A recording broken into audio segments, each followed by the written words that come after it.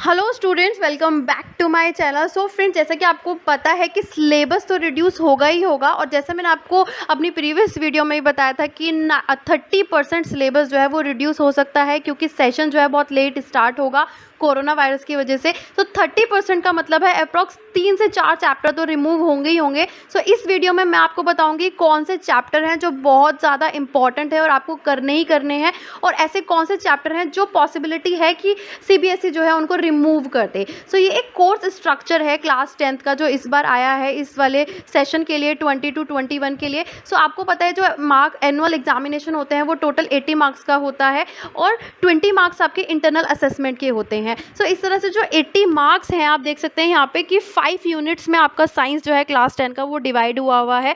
So unit wise मैं आपको हर chapter की डिटेल बताऊंगी, कौन सा चैप्टर ज़्यादा इंपॉर्टेंट है और कौन सा चैप्टर जो है वो कट सकता है।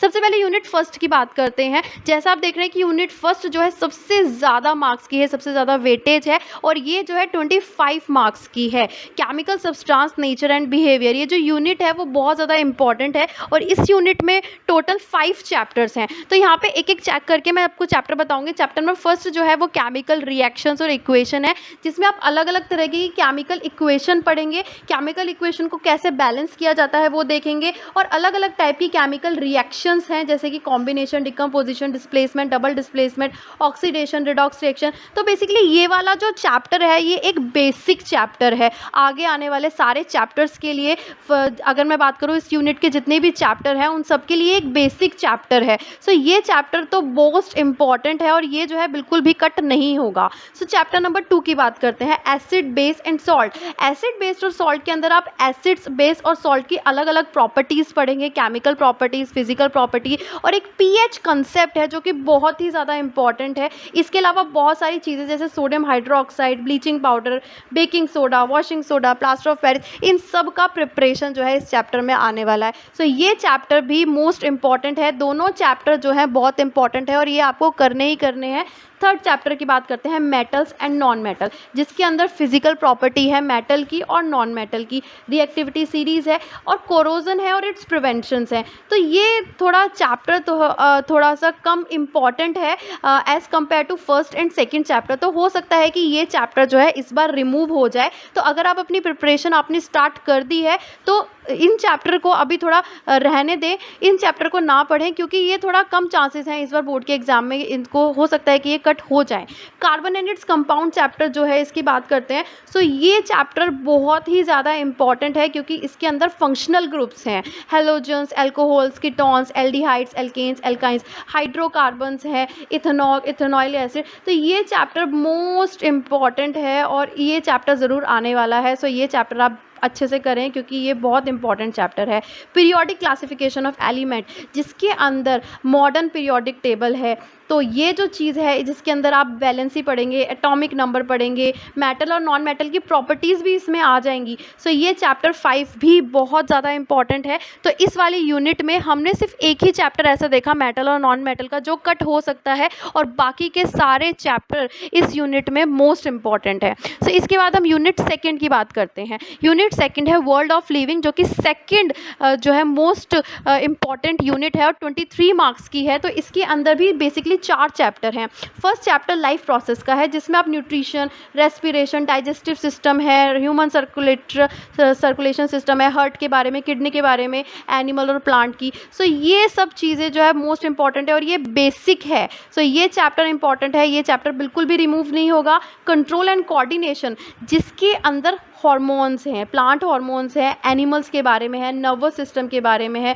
सो ये एनिमल हार्मोन और प्लांट हार्मोन एक ऐसा कंसेप्ट है जो बहुत ही ज़्यादा इंपॉर्टेंट है। सो सेकंड चैप्टर जो है कंट्रोल एंड कोऑर्डिनेशन, ये भी इंपॉर्टेंट चैप्टर है। सो अब बात करते हैं रिप्रोडक्शन की। रिप्रोडक्शन के अंदर फैमिली प्लानिंग के बारे में है, HIV एड्स के बारे में है। सो ये कुछ चीज़ें हैं जो अगर आप आगे 11th में बायो लेते हैं तो उसमें भी आप कवर कर लेंगे। सो ये चैप्टर उतना इंपॉर्टेंट नहीं है जितना कि ऊपर ऊपर के दोनों चैप्टर हैं।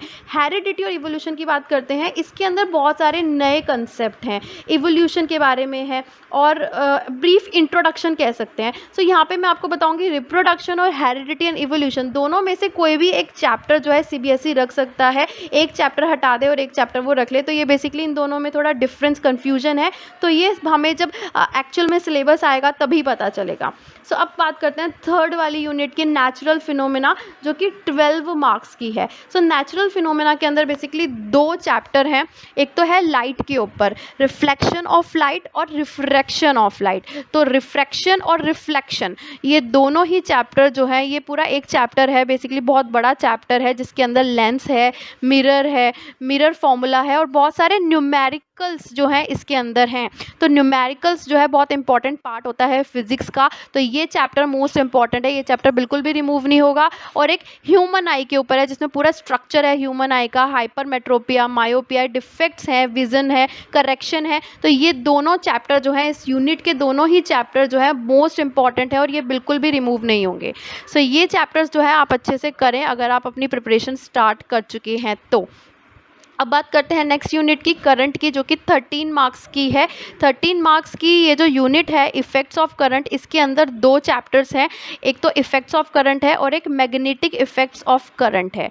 तो ये दोनों जो चैप्टर हैं आपस में इंटर रिलेटेड हैं। अगर आपने इफेक्ट्स ऑफ करंट अच्छे से नहीं समझा तो आपको मैग्नेटिक इफेक्ट ऑफ करंट भी समझ में नहीं आएगा, क्योंकि इफेक्ट्स ऑफ करंट में ओम्स लॉ है, रेजिस्टर के बारे में आप पढ़ेंगे, parallel combination, series combination, PVIR जो है मोस्ट इंपॉर्टेंट है। इस तरह से जो मैग्नेटिक इफेक्ट ऑफ करंट है उसके अंदर फ्लेमिंग्स लेफ्ट हैंड रूल आएगा, इलेक्ट्रोमैग्नेटिक इंडक्शन आएगा, फ्लेमिंग्स राइट हैंड रूल आएगा और सबसे इंपॉर्टेंट जो है कि इलेक्ट्रिक सर्किट्स है और AC और DC जनरेटर हैं। सो दोनों ही चैप्टर जो है इम्पॉर्टेंट है बहुत ज़्यादा, ये दोनों चैप्टर भी 110% आएंगे ही आएंगे। सो ये चैप्टर्स ऐसे हैं जिसमें हमेशा बहुत अच्छे अच्छे क्वेश्चंस बनते हैं और आते रहिए, और आगे अगर फिजिक्स अगर आप लेंगे तो मोस्ट इंपॉर्टेंट ये चैप्टर जो है ज़रूर आएंगे।